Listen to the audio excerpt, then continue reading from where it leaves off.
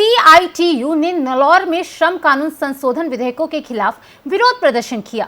Rally में 10 घंटे के कार्य समय को निरस्त कर 8 घंटे लागू करने की मांग की गई। सीपीएम नगर सचिव श्रीनिवास सुलू ने कहा कि नए कानूनों से श्रमिक मालिकों के अधीन गुलाम जैसा हो गया है। उन्होंने केंद्र सरकार की आलोचना करते हुए कहा है कि यह श्रमिकों के अधिकारों के खिलाफ है।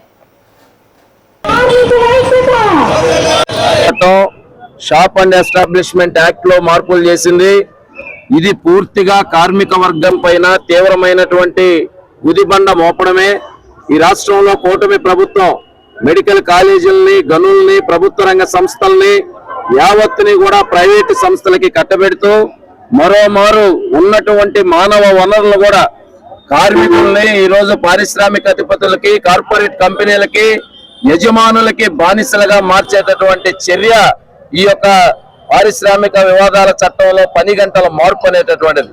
మరలా అదనంగా ఓవర్ టైం అనేటటువంటిది మరో 3 గంటలు పెంచడం అంటే రోజుకి 13 గంటల సేపు ఈ రోజు అధికారికంగా యజమానులు గాని లేదా ఇతరత్ర అన్ని రకాలైనటువంటి కంపెనీల్లో రోజుకి 13 గంటల సేపు పని చేయడానికి ప్రభుత్వం అనుమతి ఇవ్వడం అంటే ఇంతకన్నా సిగ్గుచేటు, ఇంతకన్నా కూడా దారుణమైనటువంటి చర్య మరొకటి లేదు। ఈ ముఖ్యమంత్రి చంద్రబాబు నాయుడు ఏ రోజైనా కార్మికులతో గాని